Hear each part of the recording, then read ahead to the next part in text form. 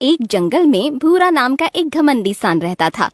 उसे अपनी शक्ति पर इतना घमंड था कि वो अपने आप को जंगल का राजा समझने लगा था। वो रोजाना जंगल के किसी न किसी जानवर से दौड़ने की प्रतियोगिता रखता और साथ ही ये शर्त रखता कि हारने वाला जीतने वाले का जीवन भर नौकर बनकर रहेगा। बैल को नौकर बनाने के लालच में हर रोज कोई न कोई बैल से शर्त लगा ही लेता था, लेकिन बैल अपनी शक्ति से हमेशा जीत जाया करता था, जिसके बाद वो दूसरे जानवरों को अपना नौकर बना लेता था। दिन पर दिन बैल का घमंड बढ़ता ही जा रहा था। उसी वन में एक नर हिरण अपने बच्चे के साथ रहता था। नर हिरण की पत्नी बच्चे को जन्म देते वक्त ही गुजर गई थी, इसीलिए छोटे हिरण को नर हिरण ने अकेले ही पाला पोसा था। एक दिन छोटे हिरण ने अपने पिता से पूछा, पिताजी, पहले जो मेरे खरगोश मित्र मेरे साथ खेला करते थे वो आजकल जंगल में कहीं भी दिखाई नहीं पड़ते। क्या आप इस बारे में कुछ जानते हैं पिताजी? बेटा, उन्हें जंगल के घमंडी बैल ने शर्त में हराकर अपना नौकर बना लिया है। वे बिना बैल की मर्जी के फिर से जंगल नहीं आ पाएंगे। पर पिताजी, क्या हम उनकी कोई मदद नहीं कर सकते? दोस्तों की मदद करना तो हमारा कर्तव्य है। तुम बिल्कुल ठीक कह रहे हो बेटा। उस घमंडी बैल का अहंकार दिन ब दिन बढ़ता ही जा रहा है। मुझे उसकी कैद में फंसे जानवरों को आजाद करना ही होगा। और दूसरे दिन नर हिरण बैल से प्रतियोगिता करने उसके पास पहुंचा। घमंडी बैल, तुम्हें अपनी शक्ति का बड़ा घमंड है ना? आज मैं तुम्हें तुम्हारी ही शर्त में हरा कर दिखाऊंगा। पर उससे पहले तुम्हें ये बात तो याद है ना कि यदि तुम मुझसे हार गए तो आजीवन मेरा नौकर बनकर रहना होगा।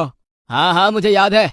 पर अगर मैं तुमसे जीत गया तो तुम्हें सारे जानवरों को अपनी दास्ता से मुक्त करना पड़ेगा। मुझे तुम्हारी शर्त मंजूर है, पर पहले मुझसे जीत कर तो दिखाओ। दोनों ने तय किया कि दौड़ जीतने के लिए उन्हें जंगल के बरगद तक सबसे पहले पहुंचना होगा। दोनों दौड़ के लिए तैयार थे। तभी हाथी ने अपनी सूंड से आवाज निकालकर प्रतियोगिता शुरू की। हिरण और बैल दोनों ही पूरी तेजी के साथ दौड़ रहे थे। जंगल के सभी जानवर हिरण के जीतने की प्रार्थना कर रहे थे। तभी हिरण तेज दौड़ता हुआ बैल से आगे निकलने लगा। ये देखकर बैल को मालूम हो गया था कि वो अब हिरण को नहीं हरा पाएगा। गुस्सैल बैल ने अपने सींगों से हिरण पर वार कर दिया, जिससे हिरण वहीं घायल होकर गिर गया। बैल ने अपने सींग इतनी ताकत से हिरण को मारे थे कि हिरण पूरी तरह से लहूलुहान हो गया था। जंगल के दूसरे जानवर हिरण की मदद के लिए पहुंचते उससे पहले ही हिरण मर चुका था। हिरण ने अपने प्राण जंगल के जानवरों को बचाने के लिए बलिदान कर दिए थे। छोटा हिरण अपने पिता की लाश से लिपट कर रो रहा था। उसे इतना दुखी देखकर सभी जानवरों की आंखों में आंसू आ गए। सभी को पता था कि बैल ने हिरण को मारा है, पर बैल का इतना खौफ था कि कोई भी जानवर बैल के खिलाफ कुछ भी करने की हिम्मत नहीं जुटा पा रहा था। और ऐसे ही कुछ दिनों तक जंगल में एकांत फैल गया। छोटा हिरण अब अकेला पड़ गया था। वो दिन भर अपने पिता की याद में रोया करता और अपने आप को ही पिता के मृत्यु का गुनहगार मानते हुए कोसता रहता। एक दिन चींटी छोटे हिरण को रोता देख उसके पास पहुंची।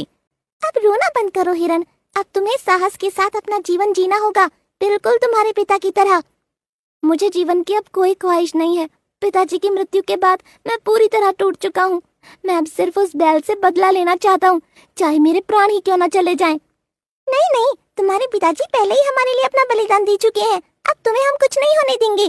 तुम्हारे बदले में उस बैल से बदला मैं लूंगी। पर तुम तो बहुत छोटी हो, बैल की शक्ति के आगे तुम कैसे टिक पाओगी? हर बार केवल शक्ति लगाना ही पर्याप्त नहीं होता, कभी कभी हमें सूझबूझ और अक्ल से भी काम लेना चाहिए। और दूसरे दिन चींटी बैल को चुनौती देने उसके पास पहुंच गई। बैल चींटी की बातें सुनकर हंसने लगा। इतने दिन बाद मुझे कोई चुनौती देने पहुंचा, और वो भी एक छोटी चींटी। लगता है तुम्हें पता नहीं, आसपास के 5 जंगलों में भी मुझसे तेज कोई नहीं दौड़ पाता है, और तुम्हें तो मैं यूं ही हरा